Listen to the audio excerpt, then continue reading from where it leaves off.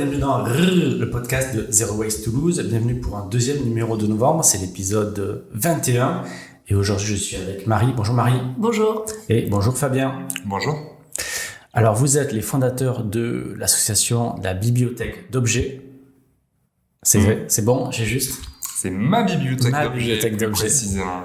Okay. Et c'est l'association Les Passeurs derrière. D'accord. Bon, alors expliquez-moi tout ça parce que j'ai tout faux apparemment. En fait, l'aventure, elle a commencé il y aura bientôt 2 ans.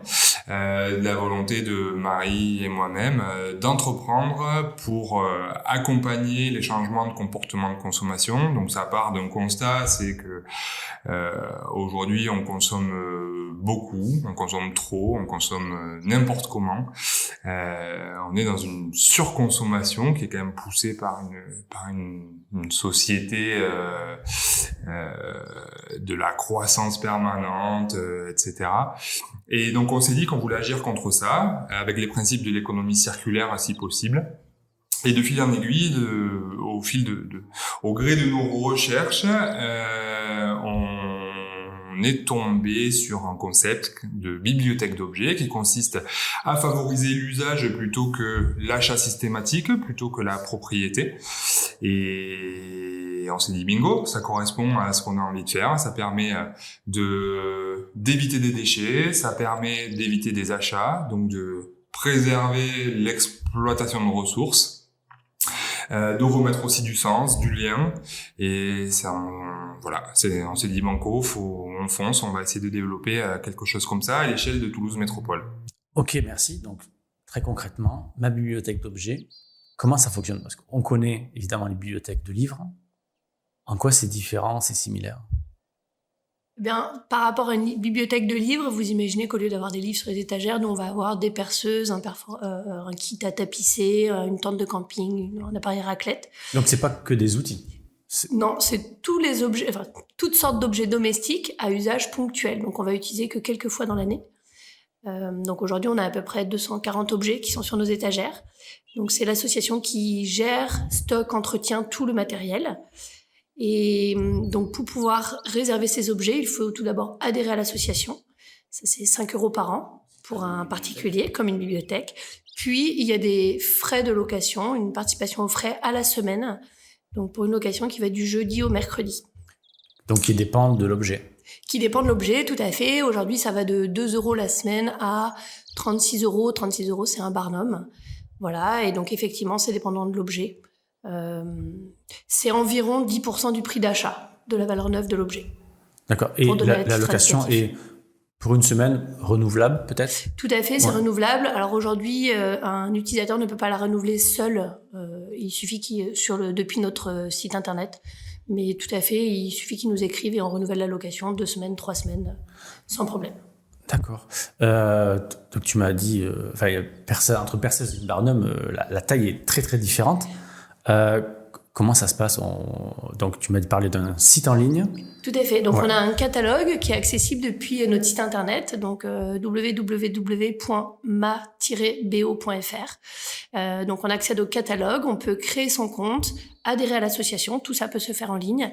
Et puis on peut ensuite réserver les objets. Donc les objets, on peut soit venir les chercher à notre local qui se situe pas très loin de Barrière de Paris, soit on peut venir le chercher chez un de nos relais partenaires. Donc nous, on dépose les objets le jeudi chez nos relais partenaires et vous pouvez venir les chercher quand vous voulez, le jeudi, le vendredi, le samedi, quand le lieu est ouvert, et le rapporter avant le mercredi soir. Donc on ne peut pas sur un coup de tête, j'ai besoin d'une perceuse maintenant et venir la chercher.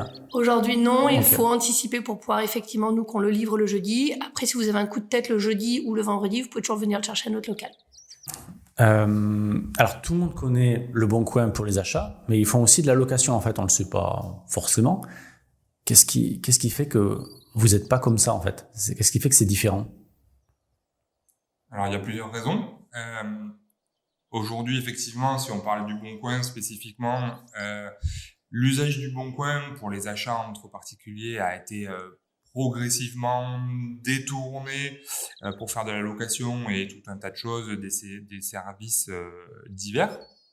Très probablement que Le Bon Coin vont être amenés à proposer la location entre particuliers, voire même de professionnels à particuliers dans les mois, années à venir, parce que on sait que c'est une tendance. On peut peut-être parler, Marie, peut-être que tu veux parler des plateformes d'échange entre voisins. Oui, tout à fait. En enquêtant auprès des habitants de la ville, on s'est rendu compte que ces plateformes étaient très connues, mais finalement relativement peu utilisées. Une remarque principale était que se passe-t-il lorsque on casse mon objet ou lorsque je casse un objet. Donc vraiment cette notion de confiance et également cette notion de coût de transaction, c'est-à-dire c'est compliqué de prendre rendez-vous pour aller chercher l'objet et le rapporter. Donc on s'est demandé comment est-ce qu'on pouvait justement simplifier à la fois cet effort de transaction et comment est-ce qu'on pouvait être un véritable tiers de confiance entre l'utilisateur qui veut louer un objet. Et donc c'est vraiment ma bibliothèque d'objets, c'est vraiment cette idée-là de dire contrairement à des plateformes entre particuliers, nous on garantit que l'objet loué va être fonctionnel, va être de bonne qualité et on a également des conditions très claires sur si cet objet devait être cassé, sale, enfin voilà, tout ça est tout à fait fixé, cadré. D'accord. Et peut-être ce qu'on peut dire très concrètement, c'est que chaque objet fait l'objet d'une vérification entre chaque location. C'est-à-dire que une fois qu'un utilisateur l'a utilisé, nous on va derrière vérifier qu'il est fonctionnel, remettre les consommables qui sont nécessaires à son utilisation, remettre le stock à niveau entre chaque utilisation, de manière à ce que l'utilisateur qui suivra ait dans les mains un objet qui soit parfaitement fonctionnel. Pour l'empreinte d'objet, les outils, je vois assez bien du coup le cas d'usage, on va dire. Mais est-ce que vous pourriez me citer des exemples de choses qui sont possibles du coup avec ma bibliothèque d'objets? Oui, tout à fait. Comme on disait, on est dans l'idée d'avoir des objets qui répondent à usage ponctuel. Donc, on va avoir des objets auxquels on pense pas forcément, mais une machine à badge, un chargeur de batterie de voiture, une valise grande capacité dans le cas où on partira en voyage, une cage de transport chien-chat. Fabien, je sais pas si tu penses à d'autres choses, un rouleau à gazon. On a tout un tas d'outils de réparation vélo, un extracteur de manivelle, des clés à rayons, voilà, des outils qui nous permettent de faire des petits travaux sur son vélo, mais de façon très ponctuelle. On a une glacière, un stérilisateur. Ouais, une sorbetière ou sorbeteuse, je sais pas. Sorbetière de compétition. D'accord, donc c'est vraiment très très très varié. Et ouais, un siège vélo, un follow me, un système de tandem entre vélo, un follow me, un système de tandem entre vélo parents-enfants. D'accord. Donc oui, effectivement, oui, il y a plein d'achats qui peuvent être évités. Ouais, ok, très facilement. Ok, merci beaucoup. Ouais.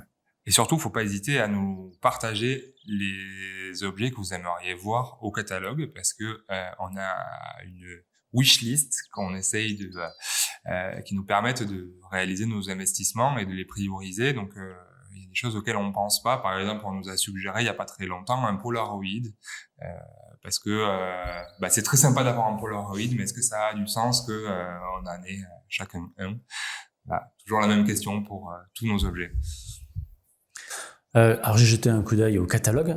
Alors faut pas du tout imaginer que c'est que des outils. En fait, c'est beaucoup plus divers que ça, quoi. J'ai même vu une console de jeu. Enfin, j'ai vu des choses très variées, des bureautiques. Enfin, ouais. Ouais. Alors aujourd'hui, ce qu'on cherche à faire, c'est à permettre à tout le monde de rompre avec le réflexe d'achat. Pour ça, on s'est dit qu'on avait besoin d'une diversité d'objets, pour permettre que progressivement, on puisse penser bibliothèque d'objets dès lors qu'on a un besoin sur un objet qu'on n'a pas à la maison. Donc du coup, on cherche à avoir des catégories d'objets très diversifiées. Donc effectivement, on parle de bricolage, on parle de jardinage, on parle aussi de loisirs de plein air, mais aussi de cuisine plutôt à vocation événementielle ou pour réunir des amis, l'appareil à raclette, un gaufrier, mais pourquoi pas aussi une yaourtière pour s'essayer à faire des yaourts avant. Pourquoi pas d'investir, mais de pas forcément le faire si jamais on se rend compte que c'est trop contraignant ou que ça ne convient pas pour X raisons. Pareil pour la machine à pain. Après, pour l'événementiel, on va avoir aussi très prochainement une tireuse à bière, le Barnum, une grosse enceinte portative qui permet de sonoriser un lieu ou même de l'extérieur. Du coup, on adresse aussi les loisirs de plein air. C'est une catégorie qui semble être relativement demandée. Donc aujourd'hui, on a le kit de camping qui l'été dernier est plutôt pas mal sorti. L'idée, c'est qu'on étoffe aussi cette catégorie parce qu'il y a des besoins et on se rend compte que ça peut permettre aussi de faire pas mal de choses, de s'évader de Toulouse et de se faire plaisir sans forcément investir. Donc ça peut rendre service à tout le monde. Voilà, donc l'idée c'est vraiment de proposer des objets le plus divers possible pour répondre à tous les besoins. Et on invite d'ailleurs les auditeurs et en tout cas les habitants de Toulouse à nous faire savoir ce qu'ils recherchent, qu'ils n'ont pas trouvé au catalogue, pour que progressivement on vienne à étoffer le catalogue et répondre aux besoins de tous. C'est un projet collectif, donc ça on insiste un petit peu dessus. Aujourd'hui, peut-être qu'on va en parler après, mais il y a des personnes qui nous proposent des objets, qui nous les prêtent ou qui nous les donnent. Donc ça confère encore un élément collaboratif à ce projet. Mais voilà, faut pas hésiter aussi à nous partager les besoins qui ne seraient pas couverts aujourd'hui par le catalogue. J'allais venir du coup, comment on peut, alors évidemment, on peut consulter et utiliser le service. Du coup, comment on peut vous donner un coup de main à l'association ? Alors, il y a plein de façons de le faire. On peut devenir bénévole. Aujourd'hui, on a un conseil d'administration qui nous appuie dans le développement du projet. Mais on a aussi des bénévoles qui viennent nous aider régulièrement pour différentes missions de catalogage des objets, d'entretien, de maintenance, de communication. Je sais pas, j'en oublie probablement. Oui, toutes les bonnes volontés sont les bienvenus. On a énormément de choses à faire, donc après, venez avec vos compétences et vos envies. On reçoit aussi des dons monétaires, donc il y a plusieurs façons de le faire. Ça peut être au moment de l'adhésion, on peut faire une adhésion solidaire et donc aller au-delà des 5 € annuels. Donc aujourd'hui, on a un certain nombre d'adhérents bienfaiteurs qui ont été au-delà de l'adhésion. On est partenaire avec une association, je sais plus si c'est une association, d'ailleurs ce n'est pas une association, avec All of Change, qui nous accompagne sur les notions d'engagement et qui perçoivent pour nous des dons monétaires. Donc le lien est accessible via nos réseaux sociaux et sur la plateforme All of Change, pour faire des dons en monétaire pour nous soutenir. Et on peut nous contacter aussi pour nous faire des prêts ou des dons d'objets. Donc aujourd'hui, les objets, ils ont été en partie acquis par nos fonds propres qui sont issus partiellement de subventions, mais aussi par les petites ressources que l'on obtient via les locations, qui nous ont permis d'investir. Mais on a aussi eu des dons d'objets et des prêts d'objets de particuliers qui souhaitent nous soutenir dans la démarche. Ça leur permet de se désencombrer et de participer à notre dynamique. D'accord. Marie, tu as parlé d'un système de points relais. Comment ça fonctionne ? Tout à fait. Donc, on a aujourd'hui 5 lieux en plus de notre local. Donc, c'est des partenaires à Toulouse qui veulent soutenir le projet et qui y croient. Donc, qui sont d'accord pour remettre les objets à notre place. Donc nous, le jeudi, comme je disais, on vient déposer les objets dans ces lieux. Donc ces lieux, aujourd'hui, il y en a un à la Roseraie qui s'appelle l'Apsar, il y a un Fab Lab, le Rose Lab, la MJC Roguet, Cities et le Silo, à Place Arnaud-Bernard. Et demain, on espère en avoir beaucoup plus. Donc l'idée de ces lieux, c'est qu'on dépose les objets le jeudi, vous venez les chercher quand vous voulez dans ces lieux-là. Et puis vous les rapportez avant le mercredi soir et le partenaire vous remet les objets à notre place. Et on peut peut-être rajouter aussi que progressivement, on est en train de construire une offre qui consiste à accueillir au sein de son entreprise le service de ma bibliothèque d'objets. Donc très concrètement, en fait, il s'agit d'avoir un point relais au sein de son entreprise. Donc, je sais pas, si par exemple, Chris, tu travailles pour, on va dire, pour la Poste, par exemple, tu peux décider d'en parler à un membre de ton CSE ou à un responsable RSE, pour que éventuellement il accueille, vous décidiez au sein de l'entreprise un point relais de ma bibliothèque d'objets, et du coup d'avoir accès tous les jeudis au moment où on livre nos objets, les objets que tu auras réservés sur le catalogue. D'accord, ok. J'ai vu qu'il y avait une offre qui se dessinait de formation et d'atelier. Est-ce qu'on peut en parler ou est-ce que c'est trop tôt? Non, c'est pas trop tôt. Alors depuis le démarrage, on a vraiment l'envie d'accompagner l'utilisateur dans l'utilisation des objets, mais de façon plus générale sur consommer plus durablement.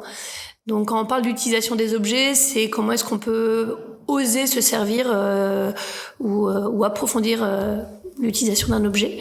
Donc pour ça, on rédige quelques fiches tutoriels, on est disponible lors de nos permanences pour conseiller comment enfiler une machine à coudre si on sait pas et si on a besoin de ça pour la louer la première fois. Et puis on organise des cafés bricoles, ateliers de co-réparation comme on les appelle, une fois par mois. Donc là, le principe de ces ateliers, c'est vous venez avec un objet cassé, petit électroménager, un vélo à réparer, un vêtement avec un trou, et ensemble, on vous aide à le remettre en état. Voilà, sans garantie de résultat, c'est le principe de ces cafés-là, mais c'est surtout l'idée de le faire ensemble. Et puis progressivement, on espère renforcer, enrichir notre offre d'ateliers avec sur d'autres thématiques. On peut aussi évoquer des fresques du climat, ateliers d'automne et fresques de la mobilité qu'on a organisées, et on espère à l'avenir en organiser d'autres. Ça contribue à une mission de sensibilisation aux enjeux environnementaux qui nous semblent essentiels. On est un certain nombre de structures à Toulouse à le faire, dont nos copains de Zero Waste. Mais on pense que c'est important de mener ce travail-là, et on pense le poursuivre. D'accord, super. Bon, merci beaucoup. Est-ce que vous avez une dernière chose à ajouter?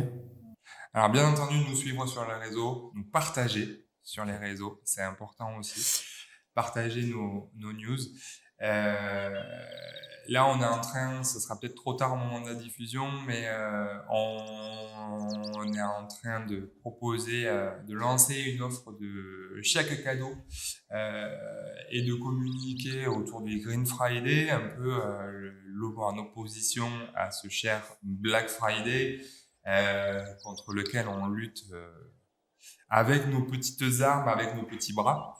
Mais en tout cas, l'idée du chèque cadeau, c'est de permettre d'offrir l'opportunité d'offrir autre chose que du matériel, et d'offrir autre chose que des gadgets, des cadeaux qui vont avoir un impact environnemental qui sera pas forcément terrible, voire même un impact social non plus, et de montrer qu'on peut faire autrement. S'il n'y a pas de relais partenaire dans votre quartier ou dans votre commune, n'hésitez pas à nous en faire part. Enfin, voilà aussi, via notre site internet, il y a la possibilité.